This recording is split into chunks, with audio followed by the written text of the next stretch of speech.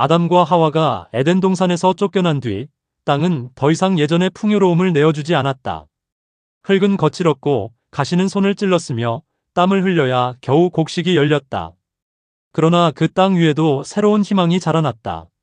하와는 첫 아들을 품에 안으며 눈물을 흘렸다. 내가 여호와로 말미암아 득남하였다. 그는 아들의 이름을 가인이라 지었다.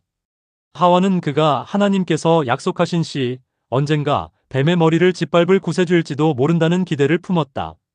그러나 시간이 흘러 또 다른 아들이 태어났고 그는 아벨이라 불렸다. 두 아이는 같은 어머니의 품에서 자랐으나 서로 다른 길을 걸었다. 가인은 농부가 되었다.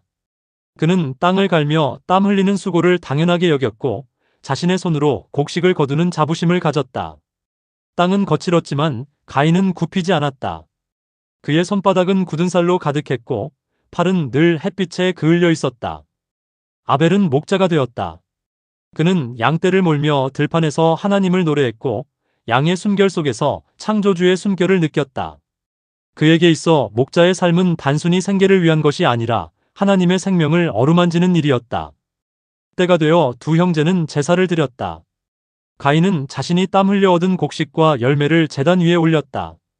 그것은 정성스러웠지만 마음 한편에는 자신의 수고를 드러내고 싶다는 교만이 숨어 있었다. 반면 아벨은 양의 첫 새끼와 그 기름을 골라 제단에 바쳤다. 그는 재물의 가치를 따지지 않았다. 그에게 제사는 자신의 생명을 대신해 흘리는 피를 드리는 것이었고 하나님께 대한 믿음과 경외의 고백이었다. 연기가 하늘로 올라갈 때 놀라운 일이 일어났다. 아벨의 제사는 향기롭게 받아들여졌으나 가인의 제사는 하늘에 닿지 못했다. 그 순간 가인의 가슴은 무너져 내렸다. 얼굴빛은 어두워졌고 손은 떨렸다. 그는 억울했다. 자기보다 동생이 뛰어나다고 생각해 본 적이 없었다. 그는 늘 장자로서 당당했고 아버지의 기대도 자신에게 있다고 믿었다. 그런데 하나님이 동생의 제사를 받으셨다는 사실은 그 모든 것을 흔들어 버렸다. 그의 마음에 분노가 치밀었다. 내 재물이 어때서? 내가 땀 흘려 가꾼 곡식이 동생의 어린 양보다 못하단 말인가? 질투와 억울함은 불길처럼 번졌다. 그때 하나님께서 가인에게 말씀하셨다. 내가 분하여 함은 어찌 됨이며 안색이 변함은 어찌 됨이냐?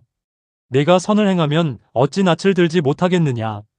선을 행치 아니하면 죄가 문에 엎드리느니라. 죄가 너를 원하나 너는 죄를 다스릴지니라. 그러나 그 음성은 그의 귀에 닿지 않았다. 가인은 이미 마음을 닫았다. 죄는 그의 문 앞에 웅크리고 있었고 그는 그 문을 열어주고 말았다. 며칠 뒤 가인은 아벨을 불렀다. 들로 가자. 아벨은 의심 없이 형을 따라 나섰다. 들판에는 바람이 불었고 밀 이삭은 고개를 숙이며 파도처럼 흔들렸다. 아벨은 양떼를 떠올리며 미소를 지었다. 그러나 가인의 얼굴에는 먹구름이 드리워 있었다. 형의 눈빛이 이상하다는 것을 느꼈을 때는 이미 늦었다. 가인은 돌을 움켜쥐고 아벨을 향해 달려들었다. 그 짧은 순간 아벨의 눈에는 공포보다도 형을 향한 안타까움이 비쳤다. 그리고 그의 몸은 피를 흘리며 땅에 쓰러졌다. 땅은 아벨의 피를 삼켰으나 그 피는 침묵하지 않았다. 피는 하늘을 향해 외쳤다. 형제의 손에 쓰러진 아벨의 목소리는 땅에서부터 하나님께 울려 퍼졌다. 가인은 숨을 몰아쉬며 두려움에 떨었다. 승리의 기쁨은 없었다. 오히려 형언할 수 없는 공허와 죄책감만이 가슴을 짓눌렀다. 그때 하나님의 음성이 다시 들렸다. 가인아, 내 아우 아벨이 어디 있느냐? 가인은 본능적으로 거짓을 말했다. 내가 알지 못하나이다. 내가 내 아우를 지키는 자니까. 그러나 하나님의 눈은 그를 꿰뚫었다. 내 아우의 피가 땅에서부터 내게 호소하느니라. 내가 땅에서 저주를 받으리니 이제는 내가 밭을 갈아도 땅이 그 효력을 내게 주지 아니할 것이요 너는 땅에서 피하며 유리하는 자가 되리라. 그 말은 가인의 영혼을 산산조각냈다. 그는 절망 속에 부르짖었다. 내 죄벌이 너무 중하여 견딜 수 없나이다. 주께서 오늘 이 지면에서 나를 쫓아내시니 내가 주의 얼굴을 배웁지 못하리이다. 물은 나를 만나는 자마다 나를 죽이겠나이다. 그는 끝없는 두려움에 사로잡혔다. 그러나 하나님은 그를 완전히 버리지 않으셨다. 그렇지 아니하다. 가인을 죽이는 자는 벌을 7배나 받으리라. 그리고 하나님은 그에게 표를 주셔서 보호하셨다. 가인은 그제야 떠돌이가 되었다. 에덴의 동쪽 노 땅으로 가며 그는 모든 것을 잃었지만 생명만은 붙잡고 있었다. 그러나 그 생명은 짐이었다. 아벨의 피는 여전히 땅 속에서 외쳤고 그의 영혼은 그 울림에서 벗어날 수 없었다. 그는 방황하며 도시를 세웠지만 마음의 방황은 끝나지 않았다. 아담과 하와는 눈물 속에서 아들을 잃었다. 하나는 죽임을 당했고 하나는 살았으나 살아남은 것이 형벌이 되었다. 그 눈물 속에서 또 다른 아들이 태어났고 그 이름은 셋이라 지어졌다. 하와는 말했다. 하나님이 가인에게 죽임을 당한 아벨 대신에 다른 씨를 주셨다.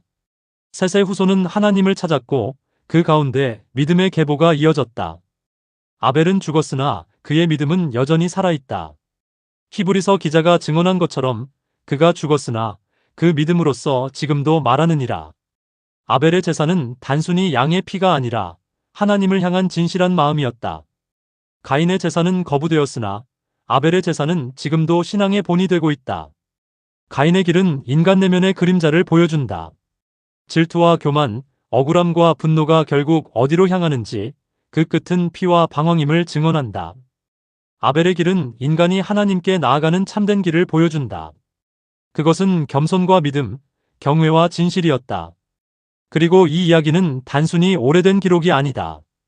오늘을 사는 사람들 또한 가인과 아벨 사이에 서 있다. 우리는 제단 앞에 무엇을 드리고 있는가? 형식적 헌신인가? 아니면 진정한 믿음인가? 우리는 마음의 질투를 다스리는가? 아니면 죄가 문 앞에 엎드린 채 우리를 삼키도록 내버려 두는가? 아벨의 피는 여전히 외친다. 그러나 훗날 예수 그리스도의 피가 흘려졌을 때 그 피는 아벨의 피보다 더 나은 것을 말한다 하였다. 아벨의 피가 심판을 외쳤다면 그리스도의 피는 용서와 화해를 외쳤다. 가인의 죄로 시작된 인간의 피 묻은 역사는 결국 십자가 위에서 흘린 하나님의 피로 마무리되었다.